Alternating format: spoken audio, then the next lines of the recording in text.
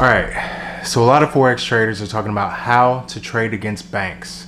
What are banks doing? When are banks doing it? How to trade against the banks. But I'm curious if Forex traders actually know how to beat the market maker. So let's talk about that in this video.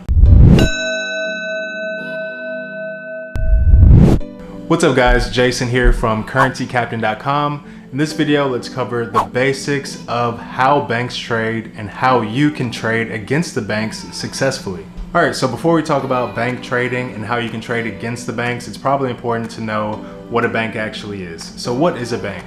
A bank is a depository institution. So that means that you're giving the bank money and you're keeping it there for various reasons. So what we know as a bank has been around for hundreds of years, and they make money in just a few ways, from fees and mainly from lending money to other clients. So basically what that means is that when you put $100 into the bank is basically gonna lend that $100 to someone else for a fee. All right, so something interesting to know about the banks is that banks also use leverage, just like Forex traders. If you're a Forex trader and you've traded on a real account, you know that you have the ability to use leverage, meaning that if you put $100 into your account, you can potentially trade $1,000, $10,000, or even $100,000 just off of that small deposit. So for example, what that means is that if you have a savings account where your average balance is $100,000, that bank that you have your savings account with can lend $1 million to another client.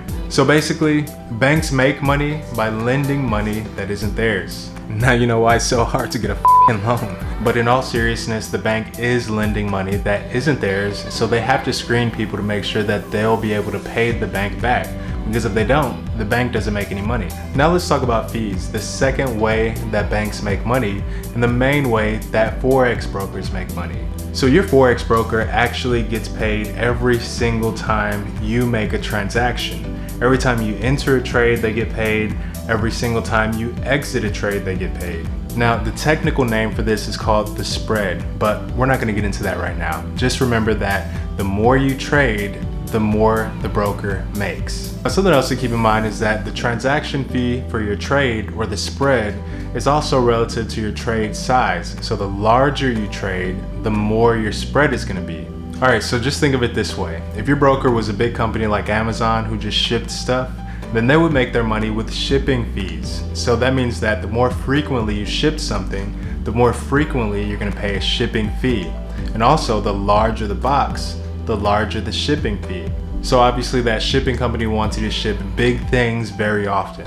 So at the end of the day, the broker doesn't care if the trade goes against you, if it goes in your favor. They just want you to trade as often as possible because that's when they make the money. So we're talking about banks, but there are so many different names for banks. We have commercial banks, we have investment banks, we have brokers, which we just talked about, and we also have something called market makers. So most brokers are what's called a market maker, and it's pretty much exactly what it sounds like, somebody that makes a market. So for example, if I had 30 pairs of flamingo earbuds and I didn't know where to sell them, 30 pairs, and I'm just sitting on 30 pairs of pink flamingo earbuds. They're fabulous. Someone comes along, wants to buy 30 pairs of flamingo earbuds.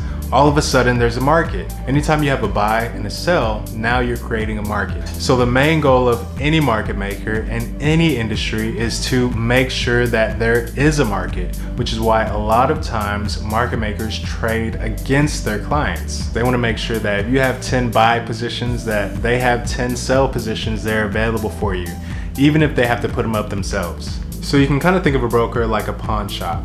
You go in to sell something, maybe a guitar, and there isn't necessarily someone there to buy that guitar immediately, so the pawn shop buys it and then they sell it back for profit later on. So think of a broker doing the exact same thing, only with money. All right, so now that you know your broker's traded against you, I want you to keep this in mind. The broker knows everything about your account. They know how consistent you are, they know how much you win, they know how much you lose, they know your favorite pair, they know more about your account than you do. So if 80% of their clients are consistently losing, what do you think they're gonna do? They're gonna trade against the 80% that are consistently losing, be 100% correct consistently on that group, and then just match orders for the other 20%. And that might be the reason why if you consistently lose, there seems to be just an unlimited amount of liquidity no matter how large you trade. We know enough about the bank to know the bank's agenda. So what's the bank's agenda? Scalping, of course. There's no coincidence why every Forex teacher talks about scalping. Why do you see it all over the internet? Where do you think it came from? It came directly from the broker. So let's look at some of the characteristics of the broker's agenda, scalping, all right?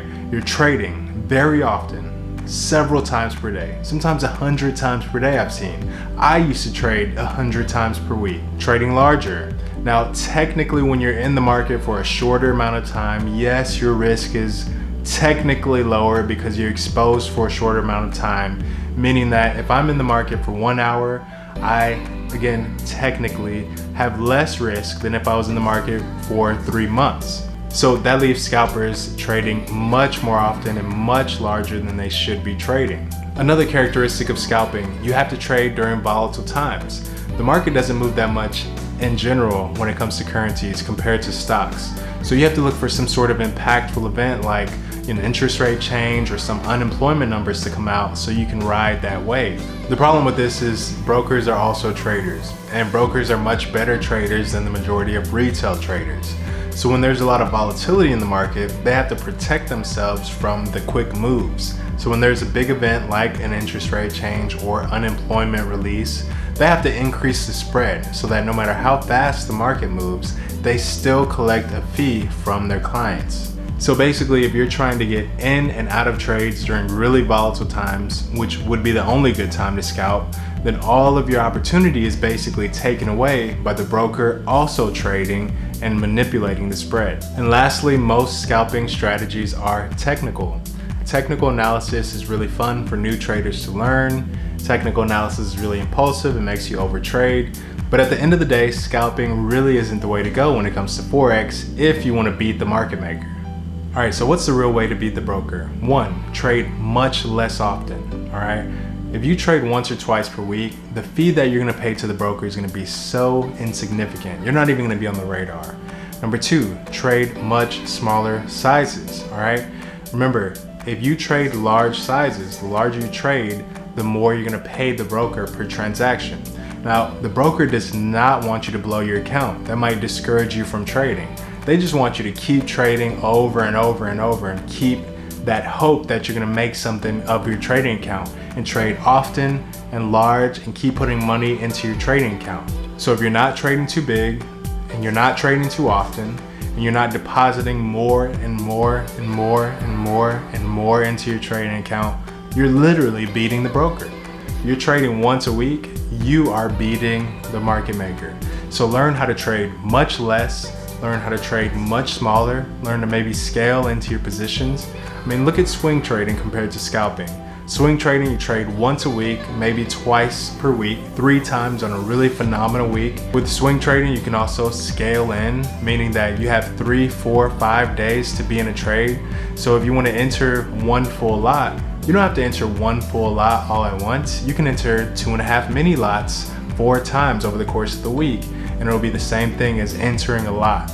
But instead of catching 30 pips, you have the potential to catch 100, 150, 200, 250 pips. And then best of all, with swing trading, it doesn't depend on you entering during really volatile times of the market.